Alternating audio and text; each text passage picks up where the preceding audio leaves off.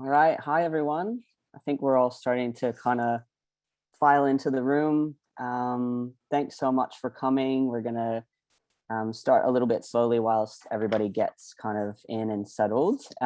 While we're kind of waiting for everyone to join us, on the shared screen, you can see a fun little question. If you follow that link, the Menti link at the top and enter the code, it's just going to ask you, a word or two that pops to your head when you think about peace, and it'll kind of create this really fun little sort of word cloud that we can refer to throughout the time and get an idea of what everybody's kind of thinking.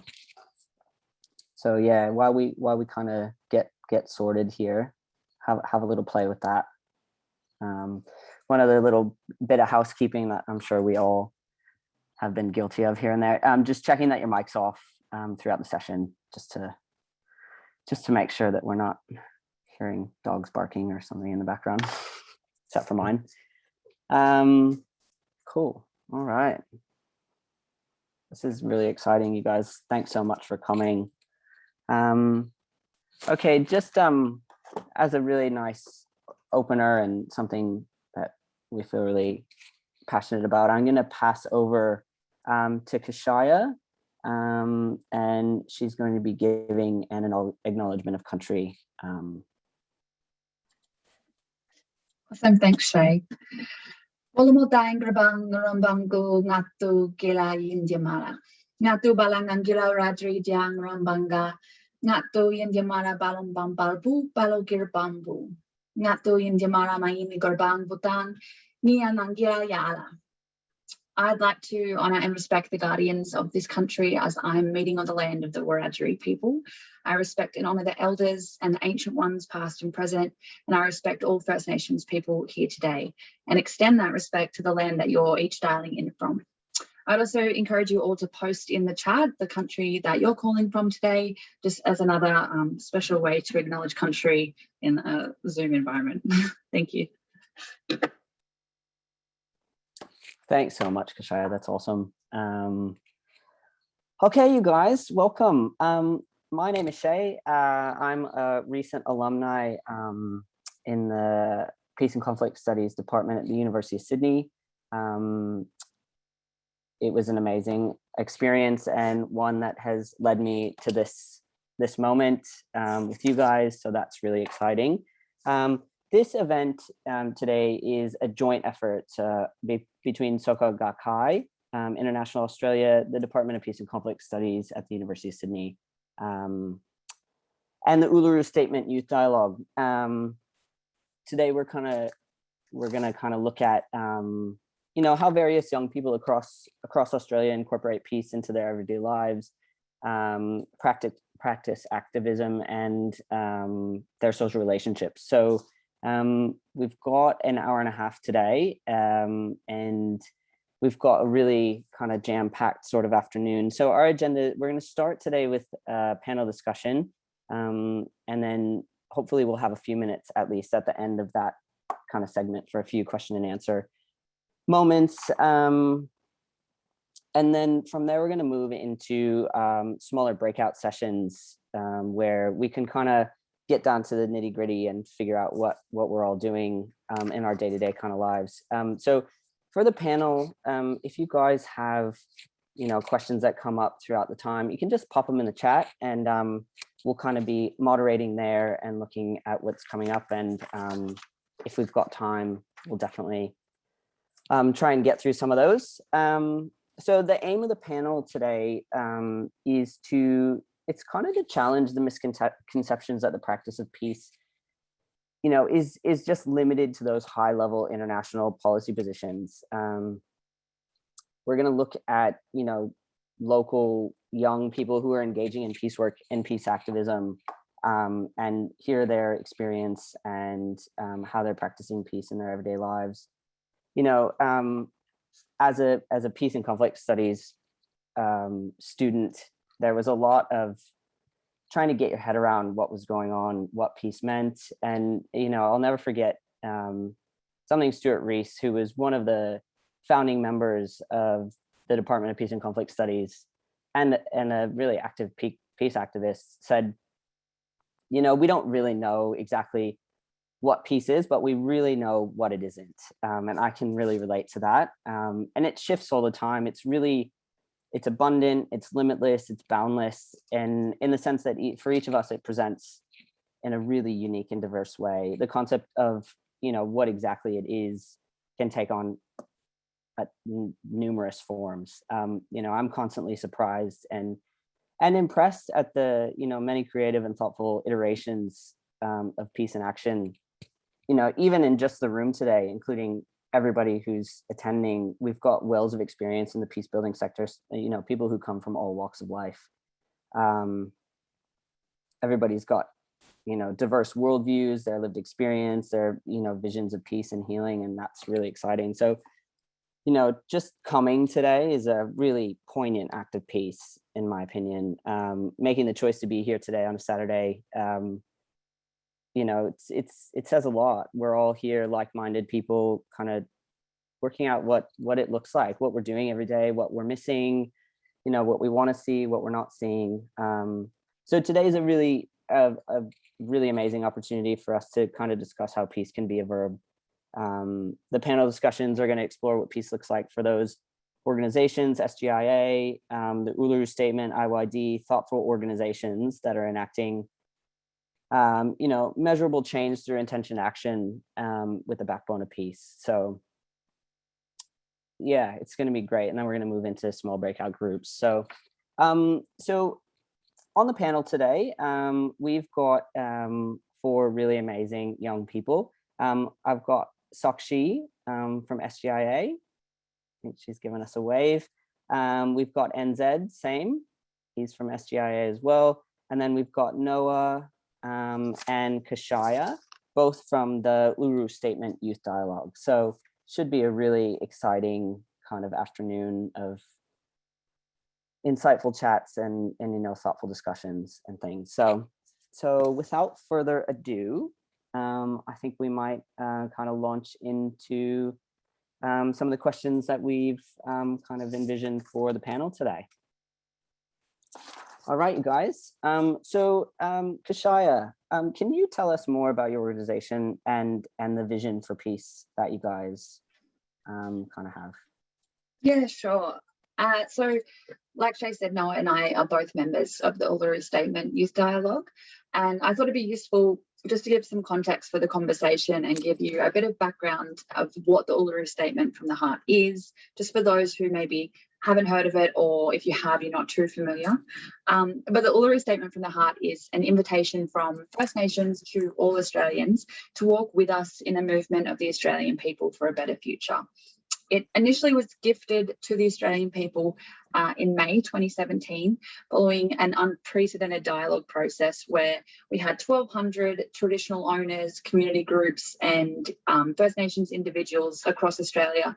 They came together in 13 regional dialogues, and they were sort of asked a question of what meaningful recognition meant to them, because obviously we've had many different attempts at recognising Indigenous people, whether that be in the Constitution or sort of with different bodies and things like that. And often Indigenous people themselves aren't the ones that are asked to sort of come to the table with some options. So that was the purpose of these dialogues. And from those dialogues, we ended up with what is now known as the Uluru Statement from the Heart. And it's actually a written statement, and many people have heard of it but haven't read it. So I'll pop a link in the chat so you can actually go and have a look, and you should definitely read it because it's really powerful and it's really beautifully written. But most people would remember, if you have heard of it, the sort of 3 sequence reforms that came from that, which is voice, treaty, and truth. And so first we seek the constitutional enshrinement of a voice to Parliament, and just to allow Aboriginal people to have a say on the matters that affect them, because at the moment the Australian Parliament has the legal power to make special laws for First Nations people, but there's no obligation to listen to our voices and what we have to say. So the whole point of a voice to Parliament is just to be able to have a say in the matters that affect the day-to-day lives of our communities. And it would also mean that we would be able to have kind of local voices that would feed through regional voices into a national voice and the national legislative agenda. And really the idea is for it to become an institution of lasting significance for First Nations and all Australians. And so second from that is the establishment of a Makarrata Commission to oversee a process of agreement making and truth telling, which is the treaty and the truth. And so Makarrata is the culmination of our agenda, and it's a Yolngu word meaning coming together after a struggle. And so treaty really is the end goal, and our communities have called for treaty, which is kind of an agreement between the states and First Nations for generations. And we're the only colonized country in the world that doesn't have one. But this is actually something that comes up a lot because it's why the sequencing of our reforms are really important, because to try and sort of create complex agreements between sort of the state and First Nations is really hard without any sort of structural power. And so we need that sort of structural representation to allow us to negotiate a treaty. And the sort of last function of a Makarrata Commission would be to supervise a process of truth-telling, which would allow the full extent of past injustices experienced by our people to be uncovered and revealed. And such a process would allow all Australians to understand our history, but it would also help us to sort of move towards genuine reconciliation.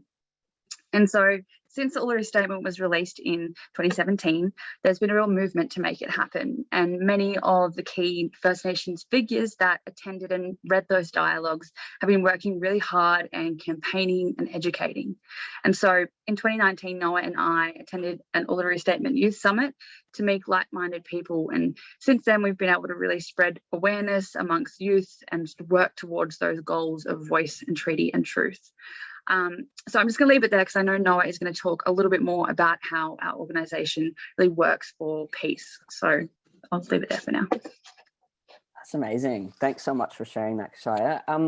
Sakshi, same question for you. Can you tell us more about your organisation and what you guys are up to, what your vision of peace is? Sure. Thanks, Shay, and thanks, Kishaya, for sharing that. Hi, everyone. I'm Sakshi. It's lovely to see you all. I'm from SGIA, Soka Gakkai International. So I'll speak about that now, and I'll speak about the Intercultural Youth Dialogue component later. So SGIA is a community-based Buddhist organization that promotes peace, culture, and education. Its members practice Nichiren Buddhism, and the president of the organization is Dr. Daisaku Ikeda, who is an international peace builder and author. I guess from the perspective of what is our organization's vision for peace is probably centered around the fact that, the conviction that our own individual transformation and the realization of peace are intertwined. And that concept is quite central to Soka Gakkai, as is a commitment to dialogue as well as nonviolence. Taking a little bit of step back, Buddhism has a very evolutionary, time frame towards peace.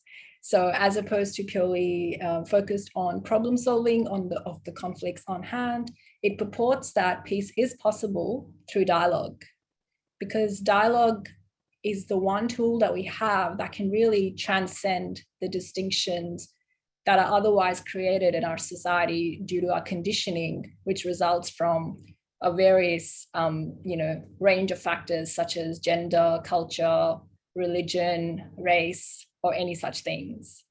And it really believes that dialogue that's actually based on individual respect for human life, a dialogue that's based on listening, which is, consistent with what Kishaya was saying as well, rather than just focusing on solving the problem, but listening to another human being, and really respecting the dignity of that person's life. Peace is really possible through that. Another factor that, is considered and a core tenet, I would say, of Buddhist philosophy towards peace building is the fact that humanity is ultimately interconnected. We are all an extension of each other, which means that what's happening across the globe is not a conflict or a situation outside of ourselves. They're expression of what is possible within all humans. And therefore, if we focus on connecting and not viewing others sort of different to us, better than us, worse than us, more evil, more good, we have the possibility of removing that hierarchy and connecting with each other based on our shared humanity. So that's kind of our vision for peace. Shay, thank you. That's a really amazing thing. I can really resonate with the interconnection that needs to come into the peace building kind of space to kind of really get some change happening for sure. So thanks so much for sharing that. Okay, so let's move on. So Noah, this next question's for you. So how do youth and other that are affiliated with your organization work for peace? Yeah, thanks, Shay, and hello everyone on the call. It's been able to join us, and another warm thank you to Kishaya for that beautiful acknowledgement in language. It's really, really special way to start this presentation. I think it's a really interesting question, and I might start by hovering on the peace dimension of it, because I think I don't necessarily just want to take that as an assumption. I think what's interesting about peace in the context of the Uluru Statement and in the context of what is a First Nations rights movement is that there's nothing particularly peaceful about being Indigenous in this country. And that's equally reflected in our history, right? There's nothing particularly peaceful about the history of Australia. You know, our history and our inception as a nation is a violent one.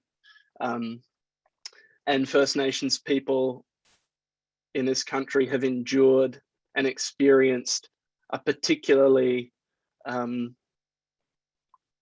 hostile, oppressive and alienating life to date. And I think it's really important to kind of foreground that as the context for the Uluru Statement and the reasons why Kishaya and I are so passionate about the work we're attempting to do as young Aboriginal people in this country, in kind of paying respect to and honouring a really difficult history. And I think that's what I find so striking about the Uluru Statement, beyond what Kishaya has kind of so eloquently provided us just before, is that the Uluru Statement, with its sequence reform agenda of voice, treaty, truth, kind of really stands as a historic peace offering against a violent history, against a history that would indicate to First Nations people no real reason or want to begin peacemaking processes with the Crown or the Australian state. But I think aside from that, I think that's why it is so striking, because it stands as a blueprint for peace, right? It seeks to address the torment of our powerlessness that has defined our experience as First Nations people to date through a set of really clever and thoughtful structural reforms. First for a voice, then for the establishment of a Makarrata Commission to oversee truth-making, agreement making and truth-telling. And I think it's clear, you know, that just this year in 2021, that the Uluru Statement was fortunate enough and deserving enough to be awarded the Sydney Peace Prize. I think more specifically to the role of us as youth in honouring and furthering the Uluru Statement as an instrument of peace. Kishaya and I, as Kishaya mentioned, were fortunate enough to be part of the Uluru Youth Dialogue in Cairns with about 50 other First Nations youth from all across the continent, to think about the ways in which we can bring to life the statement and its aims. Kishaya and I have since been founding members of the New South Wales Uluru Youth Network, where we are attempting to generate a kind of a collective mission around the ways in which we as young people, through social media, through forums like this, through our own university study and professional placement, can continue to tell Australians about the Uluru Statement and what it means for us as young people. And I think too, to remember that in the development of the Uluru Statement, our elders and traditional owners, the key architects of that document, had us in mind. You know, young people and youth were at the heart of that document because we're part of the future that it imagines. So I think despite history, despite where we're currently at, the Uluru Statement is an offering of peace and an opportunity for hope and a much richer and brighter Australian future. And as youth, we're very proud to be a part of that movement. Thanks, Shay. Thanks so much, Noah. And yeah, I really appreciate that acknowledgement of, you know, the past and how it has kind of been not very peaceful. Okay, so let's move on. Sakshi, this next question's for you. So how does the Intercultural Youth Dialogue engage with young people on peace?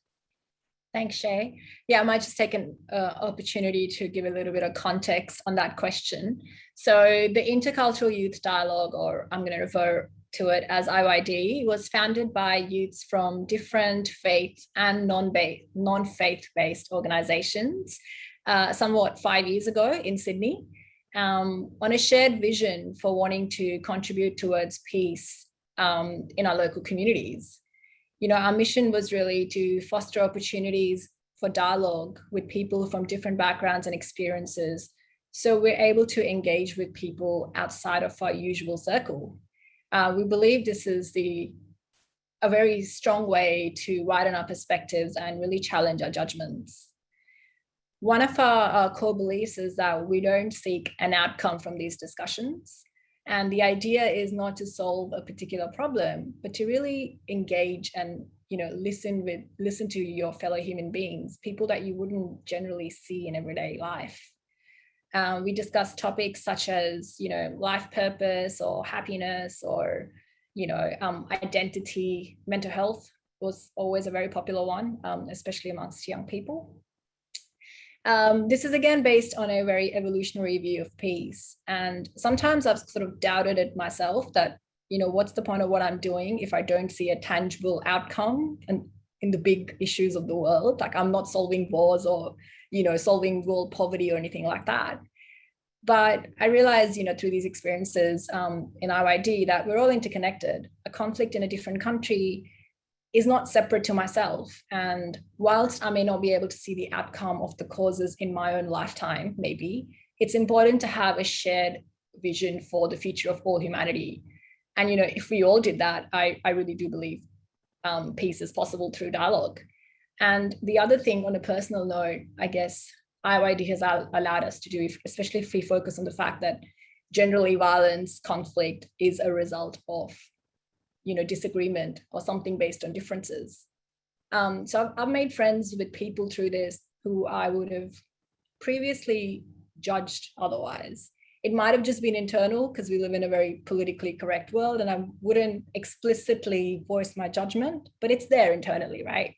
Just because it's, you know, you're not saying it out loud doesn't mean your actions are not somewhat there.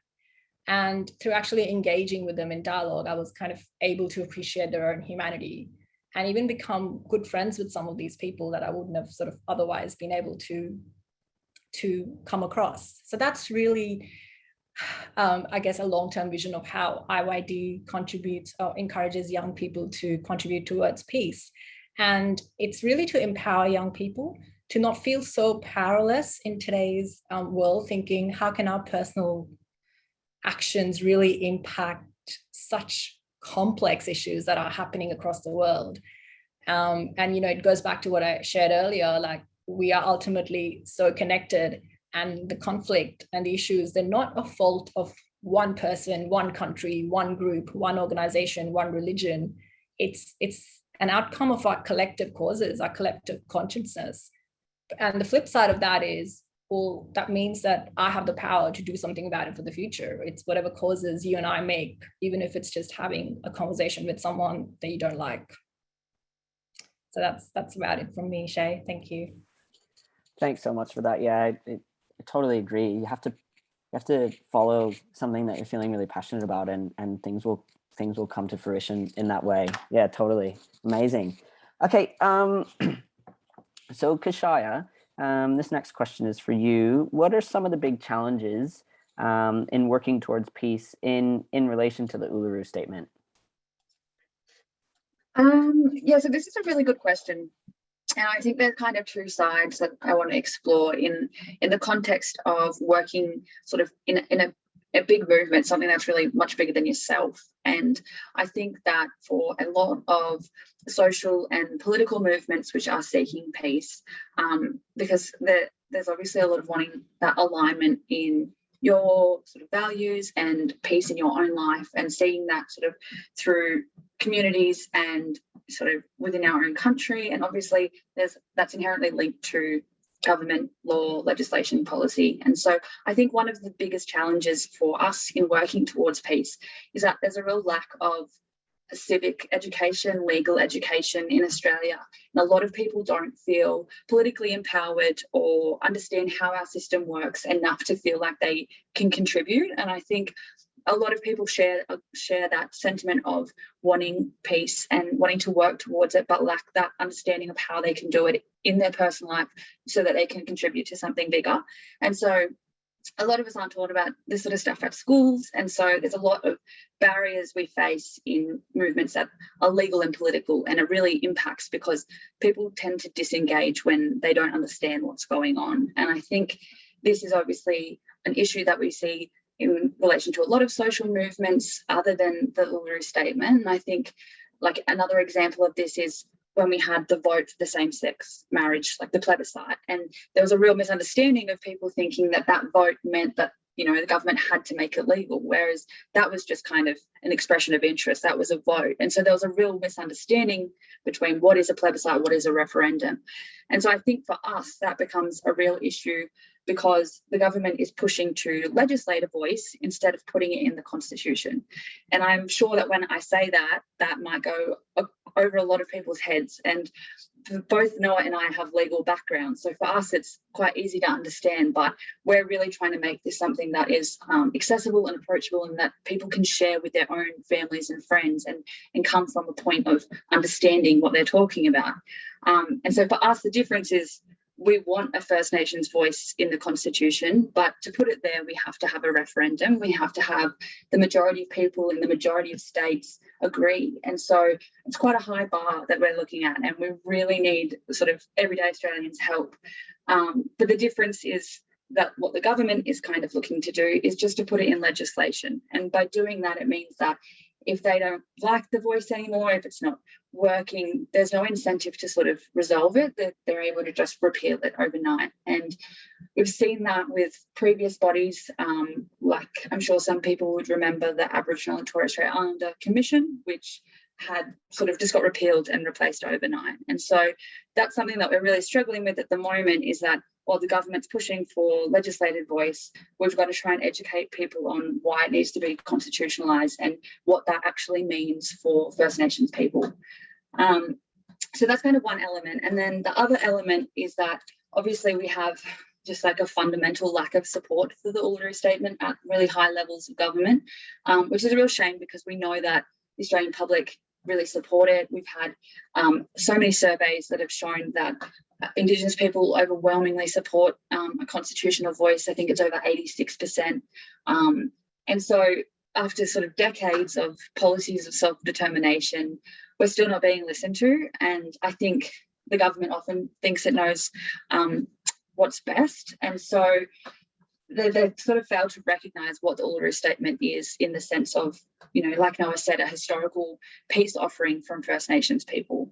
And so we saw this in 2017 when the government rejected it, when it was first gifted, and we've seen it in the years since. And so while we keep pushing towards this goal, towards this search for sort of peace and reconciliation and resolution, the current government has run a co-design process for a voice to government in legislation, which is not what we're asking for. And so I think Sakshi really emphasised the importance of dialogue, and when supporting peace movements. And I think this is why the co-design process that we've seen and sort of the government's involvement with us is really not happening with an intention of peace and resolution and dialogue. That's not what we're seeing.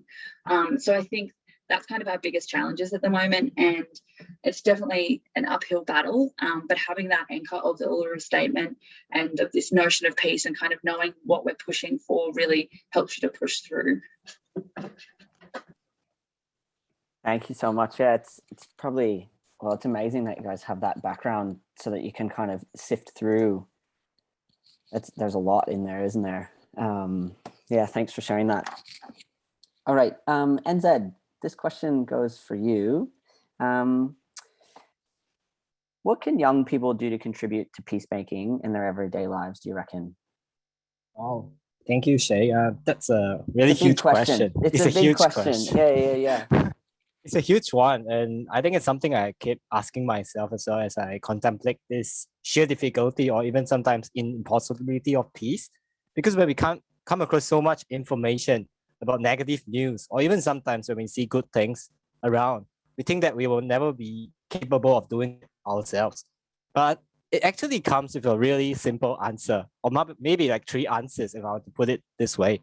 And I think the first one, which I really link back to the vision of SGIA as well, which is in the inner fundamental transformation of every individual.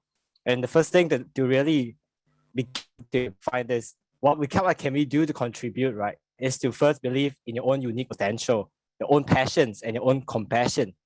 So I had this privilege of attending a webinar by Lema Bowie, a Liberian peace activist who won the Nobel Peace Prize in 2011 for her efforts in ending the Liberian War and struggles for the safety of women.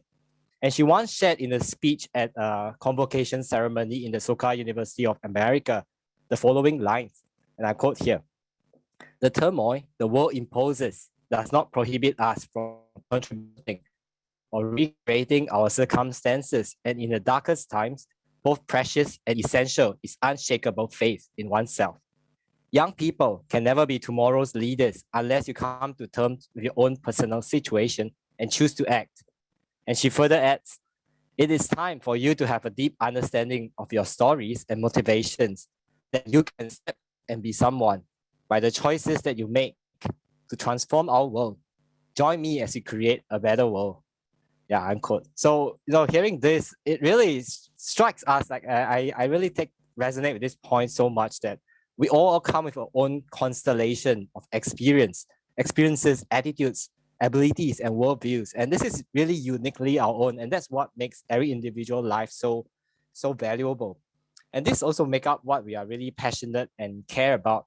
So rather than being told what we should do for peace, right? Sometimes it is actually more important that we really look within ourselves and ask, why do we want peace in the first place?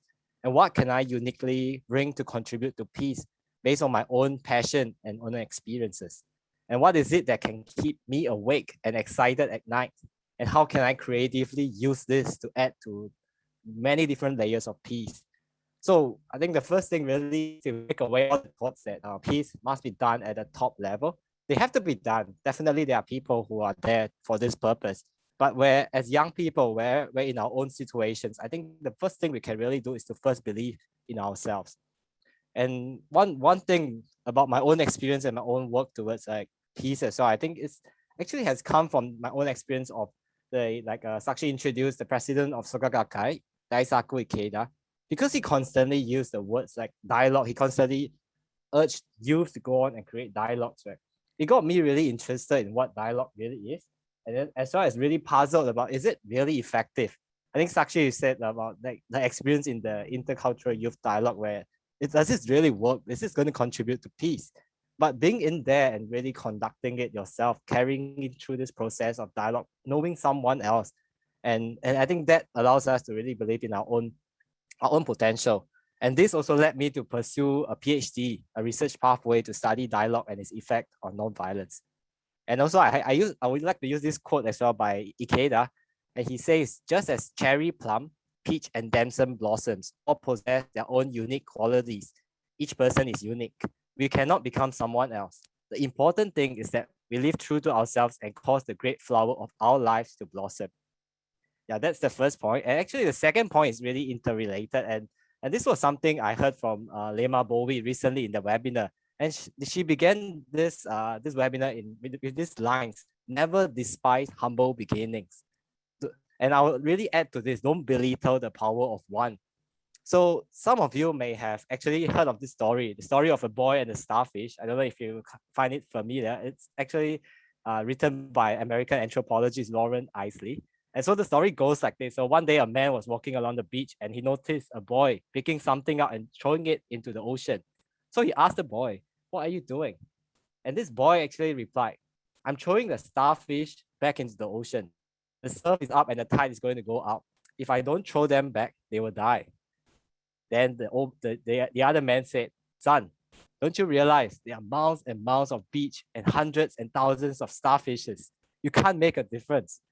But after listening politely, the boy bent down, picked up another starfish, and threw it back into the surf. Then smiling back at the man, he said, "Well, I made a difference for that one."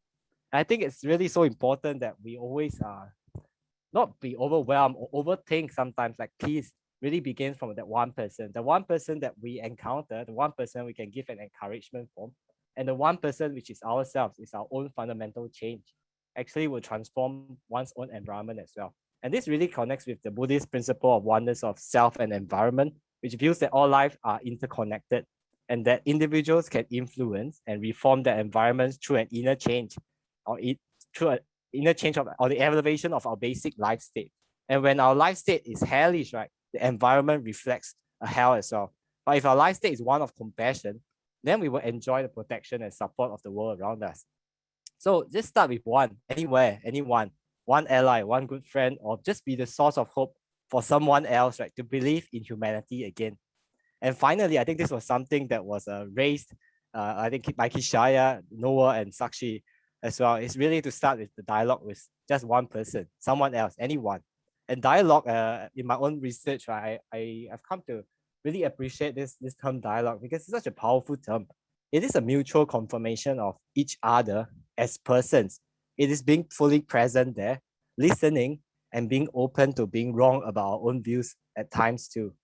And Ikeda has this to say, it is the forging of relationships based on trust and respect that is exactly the culture of peace put into practice. And I'm convinced that the culture of peace can truly be realized on a global scale and become permanent when peace takes root in the minds of every single person, unquote. So dialogue is actually this act of putting peace in the minds of every single person. It is that act which allows visions of peace to take roots in us and also spread this belief in humanity from person to person. So it comes to a point where we face evil, we face darkness. We can always think back, oh, there's this one person that proved me wrong. There's this one person who proved that humanity has hope. And I think that is really the starting point and also the process towards peace. Yeah, back to you, Shay. Thank you. Amazing, and thanks so much. Just one starfish, hey? It's a good story. I like that one. Amazing. Thanks so much. Okay. Last question, and then we'll look at some stuff that's going on in the chat. So, Noah, how do you think people can get involved in supporting peace in relation to the Uluru Statement? Yeah, thanks for the question, Shay, and I think it's probably one of my favorites because I've got a few answers to it that are quite easy, but just also wanted to acknowledge that beautiful kind of collection of stories and observations from NZ that I think really resonate with the type of work we're doing here with the Uluru Statement around dialogue and recognizing each other's humanity and shared vision for hope and shared prosperity. So yeah, really value you being on the call and complimenting the work that Kishaya and I are doing too. But back to your question, Shay, around what people can do. And thank you, Joyce Fraser, too, in the chat for your words of encouragement to Kishaya and I. It is so refreshing, I think, to have young people really interested in the Constitution. But I guess the sentiment of my answer to this question is I'm really excited to watch you take it up as well, and everyone else on this call, because the Uluru Statement was gifted to the Australian people. It wasn't given to Parliament. It wasn't given to the government of the day. It was handed to the Australian people in recognition that we as Australian people, need to walk together on this peace agenda because we share this country. We share the future of this country. So it's a shared story. So I think that's the kind of first important point. The second important point, a slightly more technical one, is that the first reform, a constitutionally enshrined First Nations voice to the Australian Parliament requires referendum. And as Kishaya outlined really clearly, that's the majority of people in the majority of states. So there's an enormously important role for all Australians to play in seeing this set of reforms envisaged by the Uluru Statement realised for us all. I think in terms of what people can do in an everyday sense, I've kind of got like a practical answer and I've got like a conceptual answer. The practical answer in relation to the Uluru Statement from the Heart is just try and stay connected to the movement and the people and stories that surround it. You can do that really easily through social media, through subscribing to our newsletter and our mailing list, by joining kind of wonderful seminars like this. There's a lot of other fantastic youth speaking in across a number of forums around the country this year. So Kishaya and I will really helpfully kind of provide some links and make sure that everyone's connected in the ways that they want to be connected. The other kind of practical point is writing to your MP and your local member or your local mayor or local religious representative and expressing to them the importance of the Uluru Statement and the importance that you feel First Nations recognition holds in your life and the future lives of your children or your grandchildren. That's a really overlooked one, but it's a really powerful one because it is ultimately a creature of the world of law and politics. So kind of direct engagement with political representatives is a really, really great first step. I think to my kind of conceptual point, and it's kind of a somewhat reflective insight, is I think when we think about peace, we do two things, or we can do two things. We can either kind of abstract it into this strange kind of conceptual being that sits above us or above everyone else and feels kind of hard to contain or ends up not feeling particularly tangible. I think while I appreciate that, the Uluru Statement is just an alive exercise in peace. It's a very alive, politically alive, rich, morally significant example of peace that we can look to in our own country. It sits here amongst our own people, which it goes to kind of my second reflex, which is to think that peace exists elsewhere. It exists in Geneva. It exists in the types of peacemaking processes that are occurring in subcontinental Africa. Yes, that is true, but we've got a lot of work to do here in our own backyard. There's a lot of fascinating opportunities for peacemaking in Australia, some that are particularly unique given our kind of interesting social and political history as a relatively new country. So I'd encourage everyone not to peer off into the rest of the world or to think that peace exists far and beyond you, but to see the Uluru Statement as a really practical, simple, but morally profound first step to engaging with peacemaking in a unique Australian context, because we all love this country, but I think we all want it to look a little bit better, and the Uluru Statement from the Heart gets us there. So thank you, Shay, and thank you to everyone for attending and giving Kishaya and I this forum. Thanks for that, Noah. That's really so many great points, and just a reminder that we've got work to do right where we are, because I think that's a really good point that, you know, we see it out there and it's happening all over, but, you know, as you pointed out, there's lots to do right where we are. So that's great. Thanks so much. I really appreciate that. Okay, so we've got a few minutes to just grab a few things from the chat. Thanks for popping those questions in there, guy. So we've got a great question. This one comes from Fergus. And this is either for Sakshi or Kishaya, or really, if anybody wants to chime in, please. But the question says, look, it's easy to feel overwhelmed by the never-ending stream of challenges the world faces today. What inspires you to contribute to peace? Great question, Fergus. Thanks for sending that in. So would anybody want to speak to that? Yeah, I'm happy to start it off, Shay. Great. Yeah, that's a great question. I think Noah actually somewhat answered it just then, which was, we don't need to look far and beyond. There's plenty of problems in our own backyard. That's one. But I guess from a more personal decision, and my own inspiration to contribute to peace was I just wasn't happy in my own life, I guess. If I'm being really honest, I wasn't happy kind of just going to work, seeing my friends, coming home, going to sleep, repeat, when it just seemed like there was so much else kind of going on in the world. So I think that's when I sort of started searching for a, I guess, purpose higher than my own selfish needs. And, you know, that kind of realization that unless we're working with everyone, we ourselves cannot really be peaceful either, because we're no different to anyone else. And yeah, I really do feel very overwhelmed by the very complex issues that are sort of, you know, happening across the world. But just focusing on that one thing, I know it sounds super simple, but it's just that sort of belief that I can create that value. I may not be able to see it in my lifetime, and that's okay. If we all kind of did that, you know, if one leads to another, and now you've got a whole hundreds of thousands, and someone put in the chat the word critical mass. Yeah, that's a great way of saying it. So I think it's a little bit of a personal decision, because I just kind of wasn't happy leading my own life, and also a bit of a wider one, like just the need to do something, however small it might be. Yeah, totally. I think for a lot of us, we probably feel that way in terms of something in us personally kind of sparks that. So amazing. Kishaya, did you want to speak to that as well?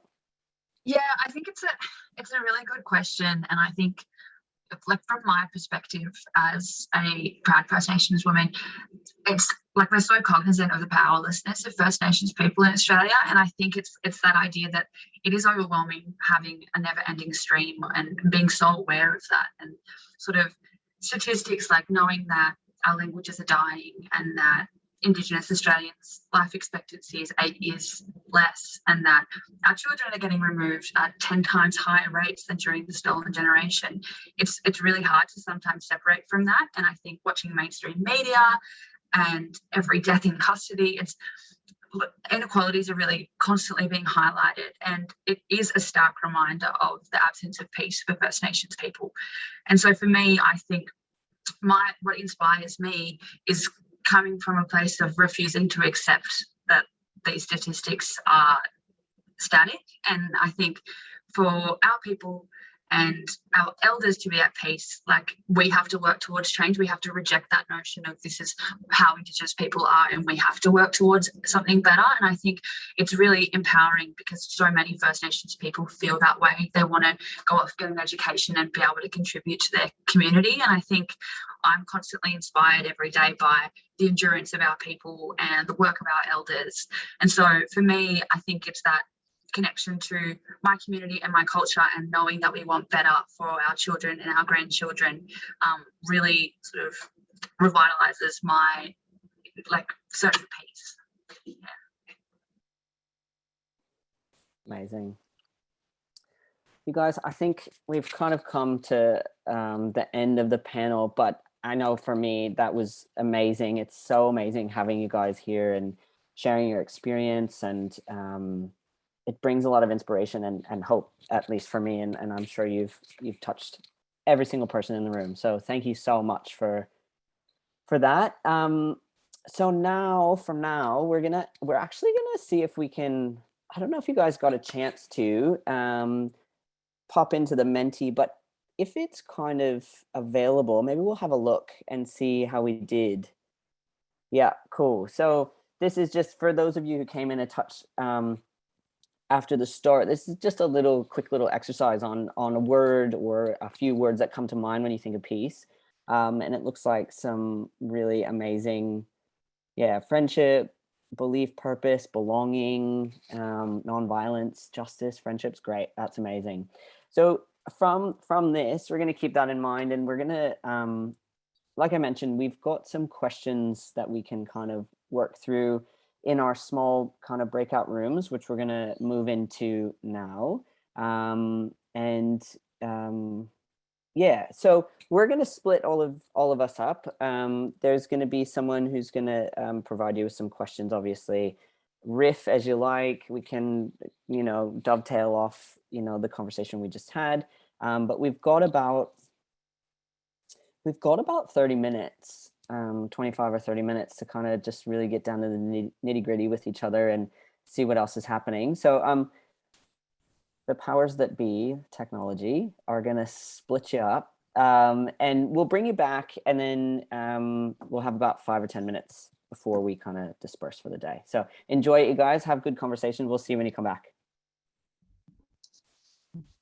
Are we all back now? All right, guys. Well done. Welcome back. Thank you for taking that time and having a chat with your fellow community members. And I'm sure it was amazing. We had great chats in mine. Just a little opportunity, if anybody, one of the facilitators or anybody wanted to say anything about what they discussed. We've got a few minutes before we wrap up here. Did anybody want to share a few takeaways?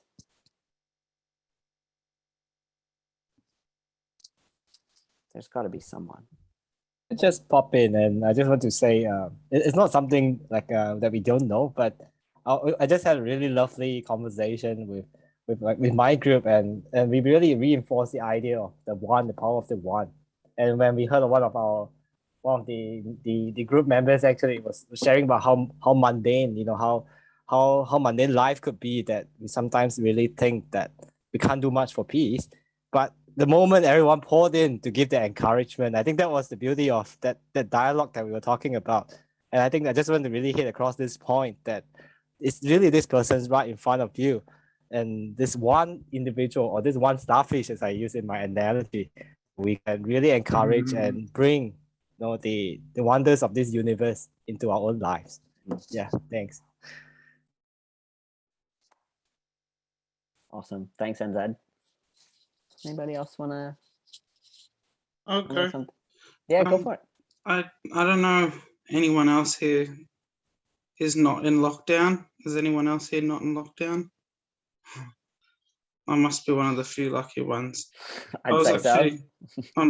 Can you believe it? I was actually on holidays in Tasmania earlier this week, and not to rub it in or anything, but I just wanted to highlight the fact that we can really find peace. I think the greatest peace we can find is after the storm has passed. And when I was down in the southern Tasmania, I was on one of those treetop walks, and as I was approaching one of the scenic viewpoints, a giant, I could see these storm clouds coming. I'm like, oh, I better duck for cover. And I got to this one little platform where there was a little bit of shelter. And then the rain just started pouring down, and there was icy cold wind. And I thought, how long is this going to last? And surely enough, within 15 minutes, the showers had passed and the sun came out in a giant rainbow appeared.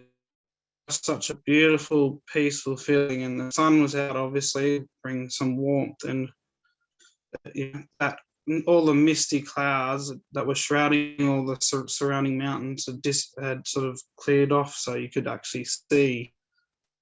And I thought that was a good analogy for life. Just plugging along. It's so true. That's amazing. Thanks for sharing, Richard. Yeah, how good is Tassie? I'm lucky for being out, but we definitely appreciate that story. So it's very poignant. That's certainly a lovely image of peace. I do agree. But I'm a bit worried about the storm, because the storm that interrupts peace is so very destructive. I hope we can avoid the storm rather than having to go through it in order to experience peace the other side. Yeah, definitely. Good point. Thanks, Nick. I see that we've got a hand raised from Wendy. Wendy, did you want to have a... Yeah, I didn't want to take away the space from the young people, but I wanted to acknowledge the young people, please, especially from the panel. Something that you inspired me about, which we brought up towards the end of the discussion. We had a great discussion in the session trying to work out what was going on with the young. We had 4 young people and 3 not so young people and exchanging ideas. It was really great. The thing that inspired me with the speakers both focusing on the potential for dialogue, for peace, like dialogue, all of the speakers focusing on dialogue as a means towards peace. And it occurred to me while I was listening, you know, has there been dialogue with youth between the Uluru Statement Youth Dialogue team and non-Indigenous youth on that topic? And it just occurred to me, like, this crossed that sort of dialogue, which I thought would be amazing. Maybe there has, but just thinking about that, and it doesn't have to just be at the youth levels, of course, but yeah. And how that can help us weather the storm, Nick, is by having, you know, like having the dialogues and the connections. I'm super happy to answer that, Shay. Wendy, have you been reading our confidential campaign material? Because you have just guessed exactly what our next major activity is. This is something that we've been wanting to do for a really, really long time, because we see it as such an important opportunity for youth in this country to hold a seminar or a conference where we look to create like space for proper dialogue between non-Indigenous and Indigenous young people about a shared vision for the future, given that in many ways the Uluru Statement speaks to young people and contemplates young people as stepping into the future that it's trying to establish. But also because I guess just because we're young doesn't mean that we can't be doing something or working towards, you know, the full creation of the statement and everything it possesses. So I think your intuition is spot on, and it's a great kind of reminder and reinforcement for Kishaya and I to continue to think about that and how best we can achieve that. But I think you're absolutely right. So yeah, thank you so much for sharing.